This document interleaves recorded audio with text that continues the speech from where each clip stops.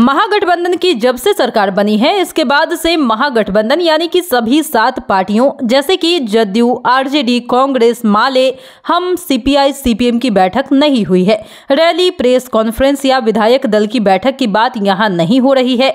नतीजा यह है कि कांग्रेस और भाकपा माले जैसी महागठबंधन की पार्टियां लगातार मांग कर रही है कि कोऑर्डिनेशन कमेटी बनाई जाए और इसकी बैठक कराई जाए। क्या महागठबंधन का एकमात्र एजेंडा यही है कि बीजेपी के खिलाफ सभी विपक्षी पार्टियों को एकजुट किया जाए और 2024 में होने वाले लोकसभा चुनाव के लिए मुख्यमंत्री नीतीश कुमार को चुनाव के पहले या चुनाव के बाद पीएम के लिए आगे बढ़ाया जाए? इस मुद्दे पर भी 7 दलों की राय एक नहीं है। कांग्रेस को राहुल गांधी पसंद है तो माले के महासचिव दीपंकर भट्टाचार्य कह चुके हैं कि यह चेहरा लेफ्ट से भी क्यों नहीं हो सकता है। भाकपा माले के राज्य सचिव कुणाल कहते हैं कि महागठबंधन में कोऑर्डिनेशन कमेटी बहुत जरूरी है।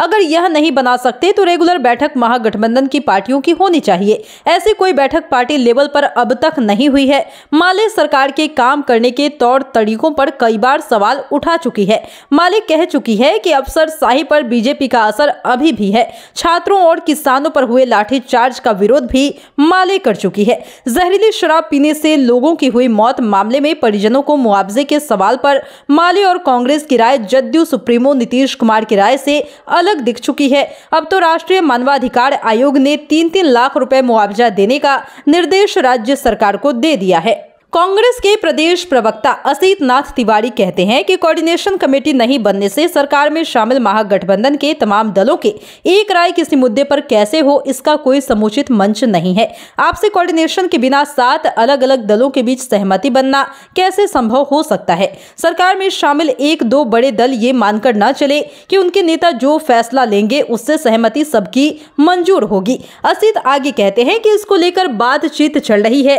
होली के बाद उम्मीद है कि कोऑर्डिनेशन कमेटी बनेगी। अब कांग्रेस के इस प्रस्ताव को टाला जाना न तो राजनीतिक रूप से ठीक है और न ही शासकीय व्यवस्था को ठीक से बनाए रखने के लिए। आरजेडी के प्रवक्ता चितरंजन गगन कहते हैं कि सभी तरह का काम हो ही रहा है। आरजेडी विधायक सुधाकर सिंह कहते हैं कि महागठबंधन में कोऑर्डिनेशन कमेटी होनी चाहिए क्योंकि सभी सहयोगी दल जनता से कुछ सवालों के साथ चुनाव में गए थे और घोषणा पत्र में घोषणा है। महागठबंधन के सभी दलों को मिलकर एक कॉमन प्रोग्राम बनाना चाहिए। इस कॉमन प्रोग्राम के तहत सरकार चलाना चाहिए। अब चलिए जरा ये जान लेते हैं कि आखिर कोऑर्डिनेशन कमेटी नहीं बनने के 5 प्रमुख कारण क्या है।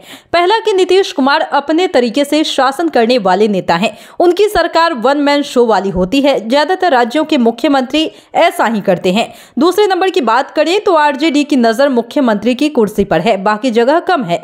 जदयू और आरजेडी के बीच नेतृत्व को लेकर शीत युद्ध जैसी स्थिति रहती है। वहीं तीसरे पॉइंट की बात करें तो नीतीश कुमार और तेजस्वी यादव कांग्रेस या माले के दबाव में नहीं आना चाहते हैं। वहीं बात चौथी करें तो बोर्डो और आयोग इत्यादि में कई पद खाली पड़े हैं। इनमें 7 दल हक मांगेंगे। ट्रांसफर पोस्टिंग को लेकर भी विवाद है। वहीं अगर आखिरी पॉइंट की बात करते हैं तो कांग्रेस के मंत्रियों की स्वतंत्रता बढ़ जाएगी।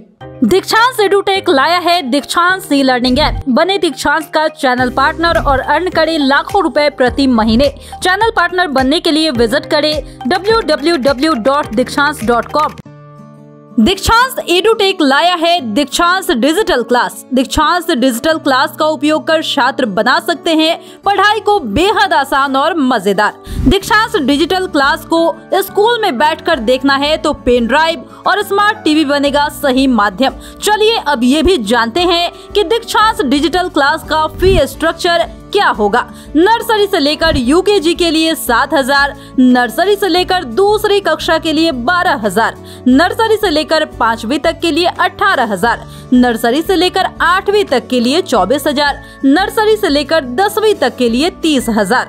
अगर आपको डेमो करना है तो उसके लिए आप दीक्षांत डिजिटल क्लास के YouTube चैनल को विजिट कर सकते हैं। हमारे YouTube चैनल को सब्सक्राइब और Facebook पेज को लाइक करना ना भूले। धन्यवाद।